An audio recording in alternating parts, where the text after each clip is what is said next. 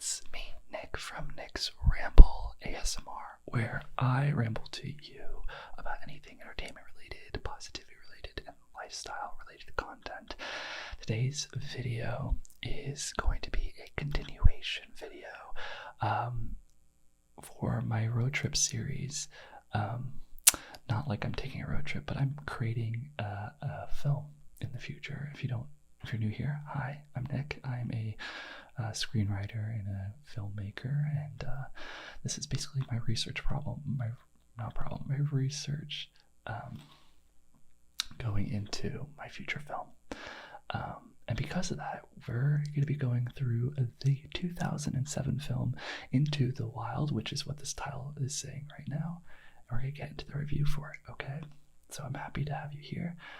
Over here, I have my computer screen. If you've already seen my other reviews, you know I basically have my paper, and right after I watch a film, I write everything down. I break it up into 3 categories. I break it up into what I liked about the film. Then I broke it up into what I could steal for my film. Basically, like things I absolutely loved. And then 3, what I thought could have been better about the film. But first, how I'm going to do this video is I'm going to tell you everyone that's involved in the creation of this film. Then I'm going to go into basically like the synopsis and my logline, and then I'll get into those 3 categories for my thoughts. So I hope you're doing well. I feel a little frantic right now. I don't know why, but maybe it's just because I had a lot of Dr. Pepper. But let's get into it. So Into the Wild was 2007. It was directed and written by Sean Penn. The DP, the director of photography, was Eric Gaudier, who I really liked. And the author of the book, this film was actually based off of a book of the same title, and his name is John Krakauer. I haven't read the book. I think I might, because I like this film a lot. The actors include Emil Hirsch, Catherine Keener, Vince Vaughn, Marcia Gay Harden, William Hurt, Jenna Malone, Kristen Stewart, and Hal Holbrook, just to name a couple. And a little bit more about this film. This film got nominated for a lot of stuff, and but just for a few, it got nominated for two Oscars. For Best Editing and Best Supporting Actor for Hal Holbrook, and it had another 23 wins and 104 nominations. So this was a good film. Like all the films I'll be reviewing in this series, I have never seen them, and I have no idea what they're about before going in. So I do no research. I only do research afterwards, which I think is the best way to see a movie. So if you really want to see this movie and go on this journey with me, feel free to watch this film before I give the review. Or if you don't really care, or you have seen the film, keep watching. But yeah, so that's that. Okay, so my logline for this, I've been practicing my loglines for films, which are basically just like a sentence or 2 describing what the film is.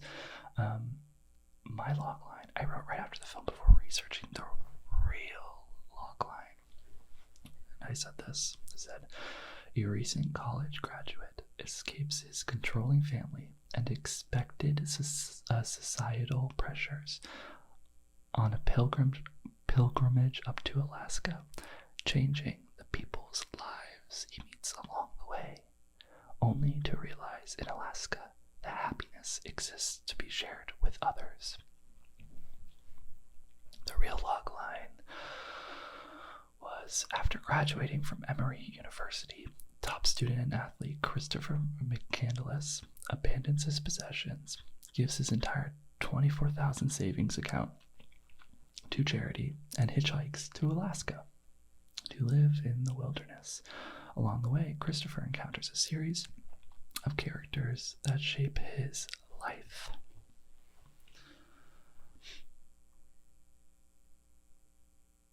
Okay. So I'm gonna try something new here. I'm gonna basically I think I'm gonna read you the synopsis from Wikipedia because I kind of want to make sure that you understand the story. So we'll see if I do this for future films too, but I just thought it was a good condensed version. So the plot. I'm gonna take it off of this. Okay, so I can lean back a little bit. So the plot.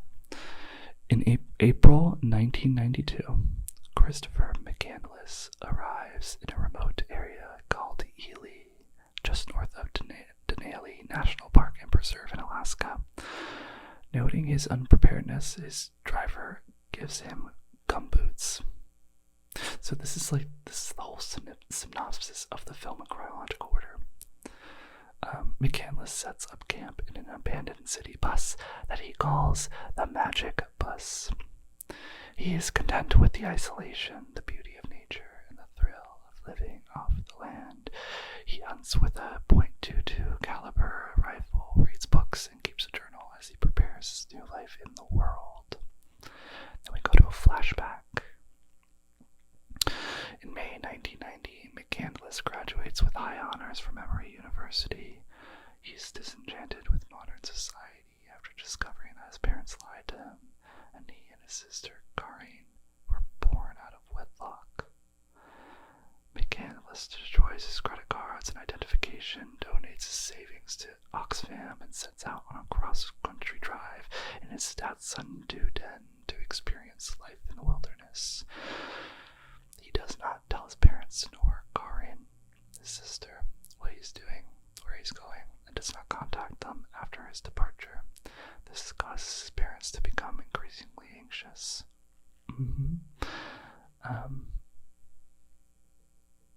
At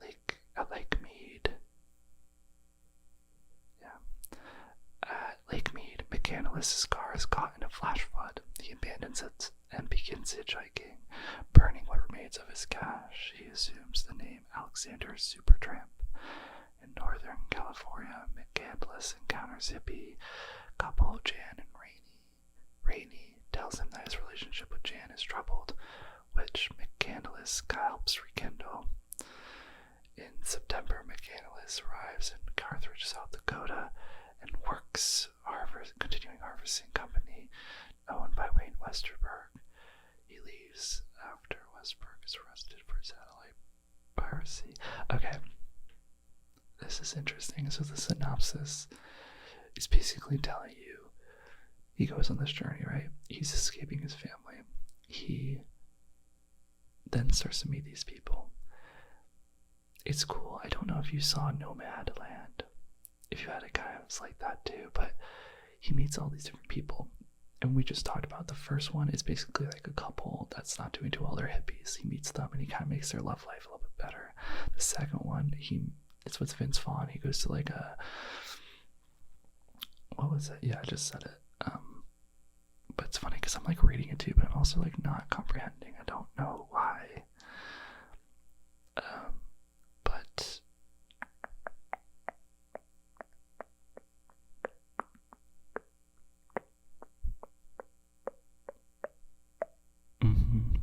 okay. Yeah, in Carthage, South Dakota, contract harvesting company with Wayne Westerberg. So what I'm saying is this is interesting. He basically meets all these different people. The thing is, this is a real life story, so the synopsis kind of gives you context on who these people are, but when you're watching the film, they don't tell you that much about it. You just kind of realize that, oh, he's wandering, he's like with Vince Vaughn at a factory, like just harvesting stuff, and in each people he meets, he kind of learns something new. So like the first one's about like love, kind of. This one's about like, I would say, hard work and just like getting into the nitty gritty. He comes from a really affluent family with a lot of money, so it's very contrasting from like his life that he grew up with, and I think that's what he liked about it. Moving on, but it's funny because it says that Vince Vaughn was arrested, and we don't really know in the film why he's arrested, so. Okay, McCandless kayaks down the Colorado River, and though told by park rangers he may not do so without a license, he ignores their warnings and goes downriver to Mexico. His kayak is lost in a dust storm, and he crosses back into the U.S. states on foot. And able to hitch a ride, he jumps on freight trains to Los Angeles. Not long after arriving, however, he starts feeling corrupted by modern civilization and leaves. He is forced to resume hitchhiking when railroad police catch and beat him. In December 1991, McCandless arrives at Slab City in the Imperial Valley and encounters Jane and Rainey again.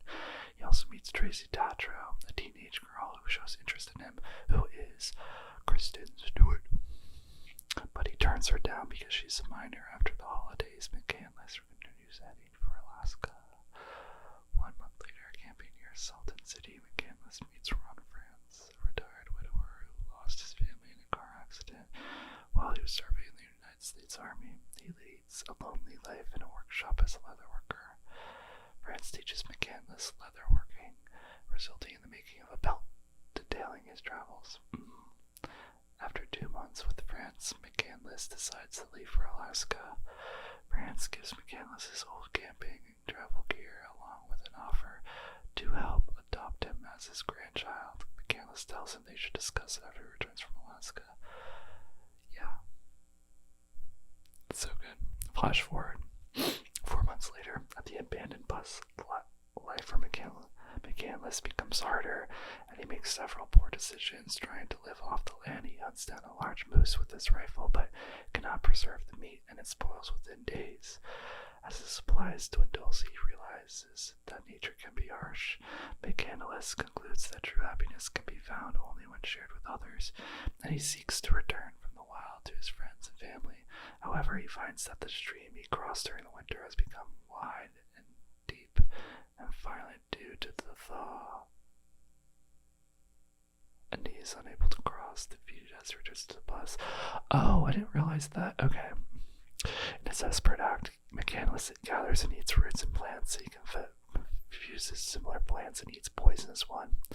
Slowly dying, he continues to document his process of self-realization and imagines what it might have been like if he had returned to his family. He writes a farewell note to the world and crawls into the sleeping bag to die.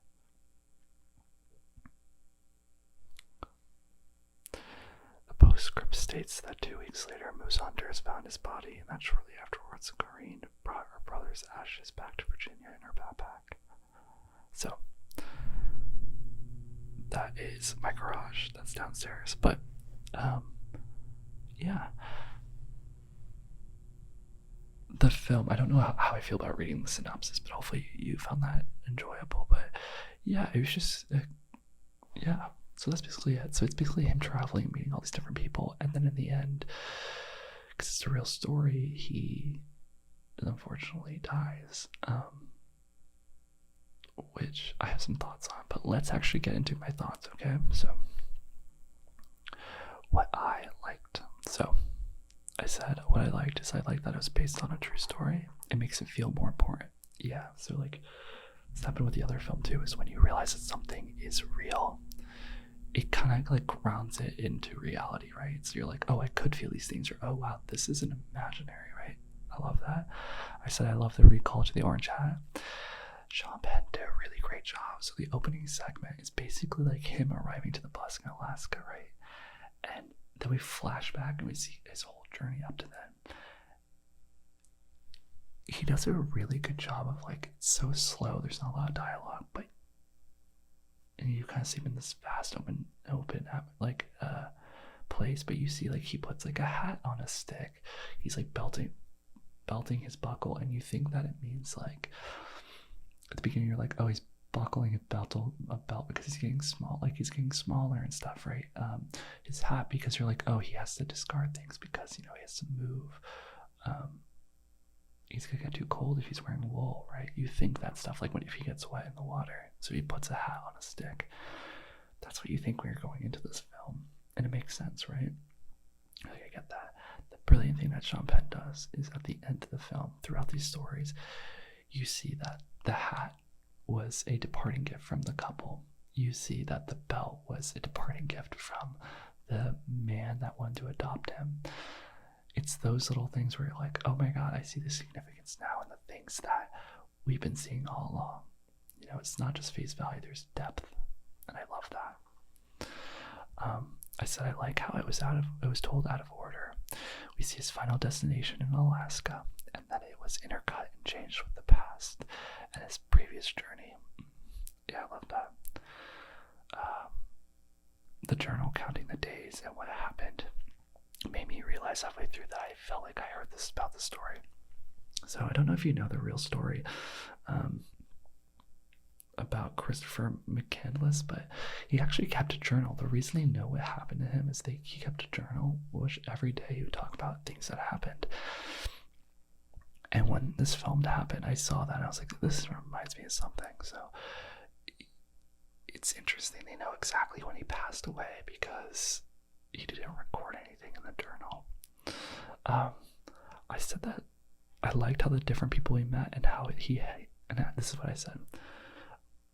Remember, I wrote this before I'd even done any research. So I said, I wrote the different people he met and how he helped them get better, but also how they loved him back. I found it interesting that he wasn't there to want anything from them, but just their journey. It was really cool to see. It was so good. Made you see. Yeah, I'm just gonna keep going. It's so good. A quote he says to Kristen Stewart goes, "I want you to remember that if you really want something in this life, reach out and grab it." So good. He told Kristen Stewart that quote when he left her in the couple, and basically Kristen Stewart's like she was trying to. You could tell she wanted intimacy, and then she invites him into her camper, and she basically seduces him into trying to have sex with her because she thinks that that's what he wants. But he does this beautiful thing where he's like, if you really want to get to know me, let's go walk or let's go sing, and they do that, and then he leaves by saying that. He goes, I want you to remember that if you really want something in this life, reach out and grab it. And I just love that. I was like, that is what this whole film's about. So it's nice having that kind of in a line, you know. And then I wrote in all caps, I go, the next thing was the old man asking to adopt, and then I parentheses wrote crying emoji because I couldn't find the crying emoji. Holy crap, guys, this film, oh god. This guy, before he like goes to Alaska, he like drives, the old man drives this, the main character, Christopher, to like I think the airport or something, and he basically is crying. He's like, you don't have to leave. Like, he's like, why doesn't your family? He's like, I can be your family. Like, why don't you let me adopt you? And it's so wholesome because this old man is like all alone. He feels like he's basically waiting to die, and then comes Christopher, and Christopher reminds him of being like, you're still young, like you have so much more to live, like you're not nearing death yet. And it like wakes him up, and then he's basically crying, being like, hey Christopher, like just come with me, like I have all this money, like I'll give it to you. And then Christopher's just like, maybe we'll talk when I get back from Alaska, how about that? And you can just see like, not the hurt, but like the realization that the reason this works is like, it's really sad for the old man, but it sticks to the idea that Christopher doesn't want to be held down. He wants to be free, and by being held down, you know, he's still searching. Like he doesn't want to accept that. And by the end, what's so beautiful, it's like it said in the synopsis, but it says that like he realizes that happiness can only be achieved with other people. Like he can't do it alone. It needs to be shared. And that's like what this whole film is about, like showing those shared moments of happiness. It's brilliant. So moving on. I said I like how each character kind of had their own teaching lesson. So I said the old man with woman and her son. I said you need to reach out to them. Oh, the old couple, like the hippies.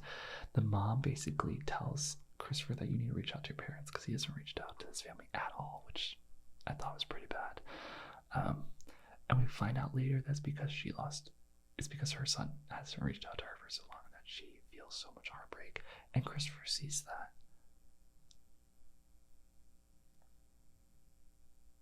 And I think he like, now he doesn't just logically realize what people are telling him, he sees the hurt. Then we have the old man. He says, you need to forgive because then God's light will be on you. And he says this, and they're at the top of this hill that like Christopher helped the old man get to. And then it's funny, like the light actually comes out and they start laughing. It's very cute. And Vince Vaughn's character had something too, but I just couldn't remember it. It was...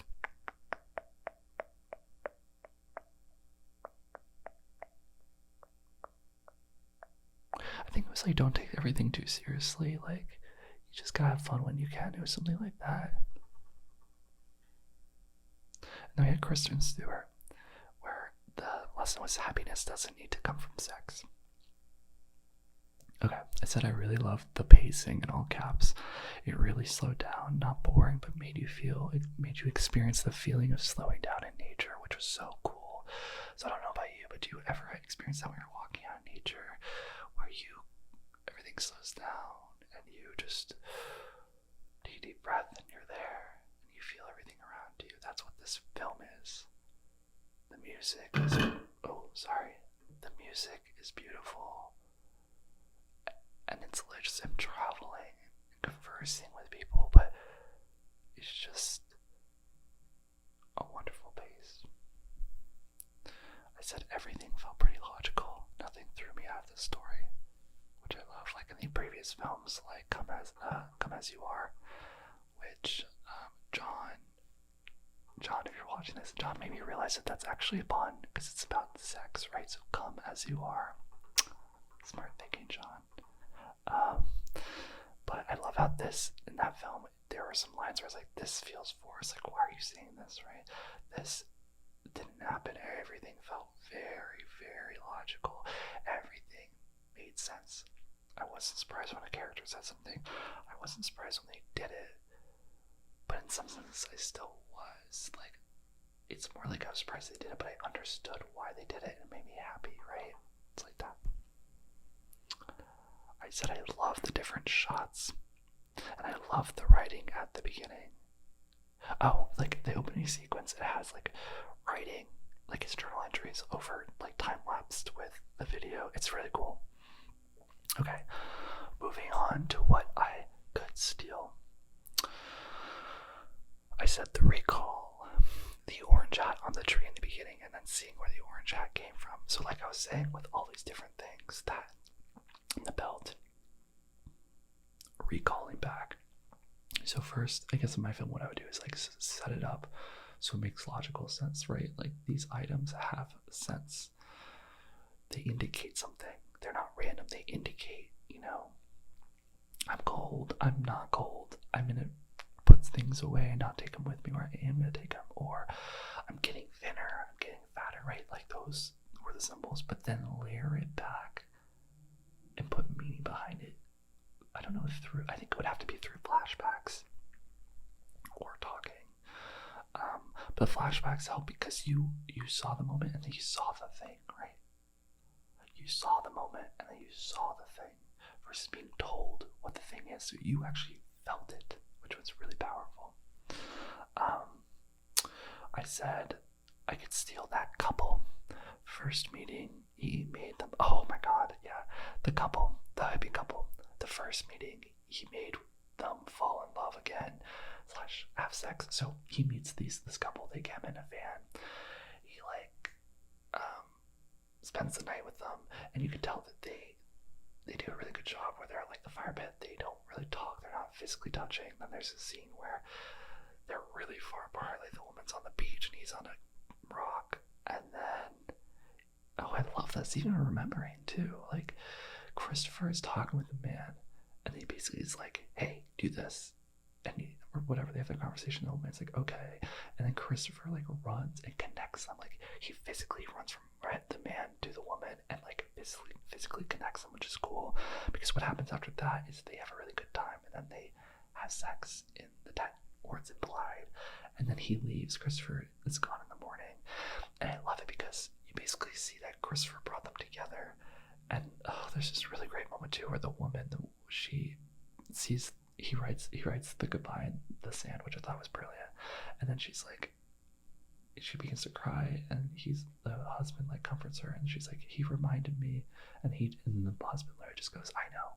And then we just cut to the next scene, which I love because you're like, we don't need a name. We understand that's probably your son, right? Like it was just so with it. It was great. I'd steal that, right? That scene's great, but what I would love to steal is that the next time they meet, they teach him love. So it's like he reconnected them, and then like I think it was like a year later or so, they meet up again, and they encourage him to have his relationship with Kristen Stewart. Yeah, and they gave him love, and they give him the opportunity for sex. They basically were like giving it back.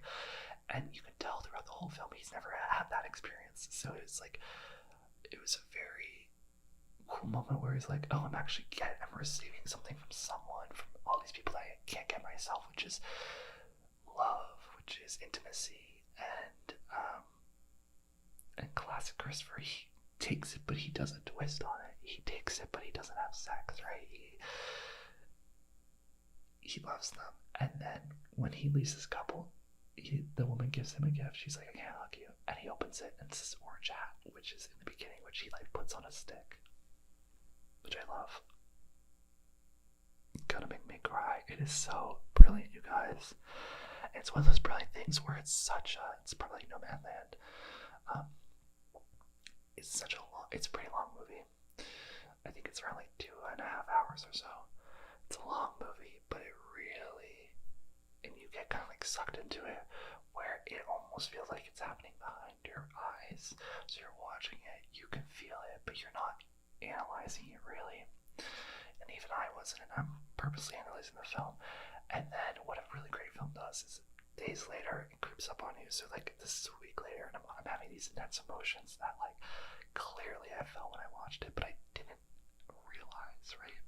That's really good filmmaking, Jesus. So I'd steal that. I also said I would steal how intense topics like death were treated through conversation and not shown. Give or take. I think in other films I said I love how when you see something you can feel it innate, right? Like sexual impulse, death, like if you feel it, if you see it, you feel it, which can be really powerful. But this also indicates more real life, right? Because I think the whole stem of this film wasn't to be really dark or mysterious. It was about to be about, finding happiness in good times, right? That's the whole thing with this whole film. By the end, he realizes that, right? Happiness has to be shared. So it's beautiful how in the moments of happiness, when he's with people, right? When he's learning about happiness, he realizes that a lot of happiness comes from a lot of pain. And people hold on to pain. And the way that you experience pain from someone else's pain, it's not by experiencing it yourself, but being told about it, right? And that's like you and I in real life. We can tell each other about our pain, but unless we personally went through it, we can't connect it, right? So I love it because it gives you that disassociation too. Like when people tell Christopher about their pain, it's almost like they're actually telling us, the audience, right? Because we feel that connection. Like our relationship to what they said could be equivalent to Christopher or could be different, and it's okay if it's different. That's not the point. The point is that we're acknowledging that something's being shared. Excuse me. So I love that. Okay. I said, and what I also steal is like the music was really brilliant. The editing, like the color, it was like an aesthetically beautiful movie, which I would love to take, because when you're traveling, my film is going to have a lot of elements of nature. I'm hoping to have elements of water, earth, air, fire, all the elements, and how it kind of like the earth is is a huge symbolism for growth and tapping into that. So the fact that this is a beautiful film would definitely serve my film for sure. And I could definitely like look specifically at the shots that I like and probably incorporate them into my next film. So what I thought could have been better, let's get into it. So like most films, there's always things that could be improved, right? Also just by your taste, like what you like and what I like might be just different, doesn't mean bad or good. But what I thought could have been better, I said it was cool, but I just didn't enjoy that there were these positive memories with people, and then we saw him lose his mind a bit, / made him seem a little unlikable. Okay, right. So there's all these moments where he meets all these people, right? And we get to this climax where he's back in Alaska and we see all this love that he's giving people have given him. And then there's this downhill trajectory, which I guess is leading us into the all is lost section of film, where the stakes get high, but he basically kills his moose, which I'm like, ugh, that's gross, disgusting. He basically flips out because he can't, like, there's this great thing too in the film where like there's flies all like flying around it, and he literally learned it from someone before. It's like if they're in flies, like it's you have to like it's not good anymore. He basically goes crazy and he's yelling, he's screaming, and it's just like it's very caveman like, and it threw me off because I was just kind of like, ugh, like I don't like you right now, which is fine because I'm not supposed to like him. I'm supposed to understand his change, right? I think it's supposed to tap into this innate quality of just losing yourself, right? Like he's been trying to find himself and then he loses it. But I didn't like it. That's just basically, I was like, I think that could have been better. I didn't enjoy it. I kind of can see why it's important now after days after, but I remember being like, I was like, you're losing me. What I thought could have been better. So it's based off a true story, but the ending of him dying made it feel like he knew all along that this was a suicide mission and that he was okay with that, which I don't think was the case. Food was an indicator. So throughout the whole film, he's a rice bag and he's like losing. There's a mark that says, don't go past this, and it keeps getting lower and lower, so you know he's in danger. When we just read that Wikipedia article, you can tell that I missed something, which is an indication that this film, a lot of things can be missed. It is such a subtle film, and it's a long film that if you space out a little bit, you're gonna think, and this is what I did, I thought that I guess some things that were in present moment were in the past. So for instance, I didn't even realize that he tried to escape. I didn't realize that he tried to go back home. Totally went over my head.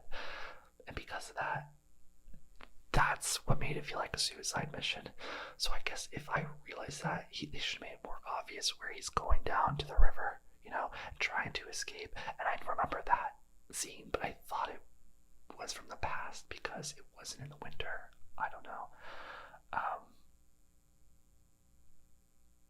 So I guess if I saw that, it definitely probably would have made me not think it's a suicide mission. It probably would have made the ending actually feel way more impactful and maybe made me cry because you're like, he wanted to escape but he couldn't. But I didn't realize that, and it made me not like it, right? So, and then the last thing is I said it felt a little slow at the end. It did, like assuming it did. It felt maybe a little full of itself. But yeah, I guess it felt a little slow at the end. I mean, I wrote it, so I guess that's what I felt. Another thing I really liked about this film, sorry, I'm only seeing at the end bottom here, is that it was broken into chapters. So it's broken into my own chapter 1, my own birth, number 2, adolescence, 3, manhood, 4, family, 5, getting of wisdom. I like this because this movie's long, right? And this movie isn't really, I don't think, in a traditional plot form. It's basically like an anthology of all these different stories, but like a through line that he's getting to Alaska, right? So what these chapters does, which is great, it breaks them down into themes, right? Adolescence, manhood, family, all of this, right? But what it also does for the audience, which you don't realize unless you watch it, is it indicates how close you are to the movie finishing, so you can pace yourself. And I love that the 5th chapter, it didn't say chapter 5, it said the final chapter, which gets you ready, right? You're like, okay, I've been paying attention, now let's really focus. So for a pacing standpoint, I actually really enjoyed that because it keeps the audience in it.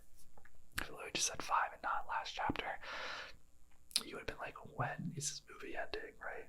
So I like that. Now let's get into the scoreboard, right? So Into the Wild by Sean Penn, I will give this a rating of 4.5 stars. Yes, 4.5 stars. I love this film. It made me cry, it made me feel things. It isn't perfect, that's okay, but so far it's the best one I liked so far that I feel like I could take from my own film. It really immerses you in nature, and it really makes logical sense. I know Sean Penn wrote some other things that I really enjoyed. Let me just double check. He wrote...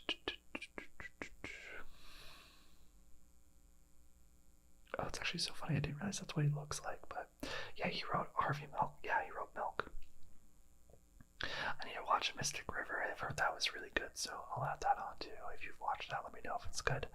But yeah, it was really good. Milk was really good too, if you ever want to watch it. I love LGBT films. That's kind of what I write. But yeah, so that's my film review for Into the Wild by Sean Penn in 2007. Let me know. I've been putting in the community tab. I asked you guys like what your favorite road trip movie is, which is just basically a film that has the main character start in one physical location and then they move to they end the film in another physical location,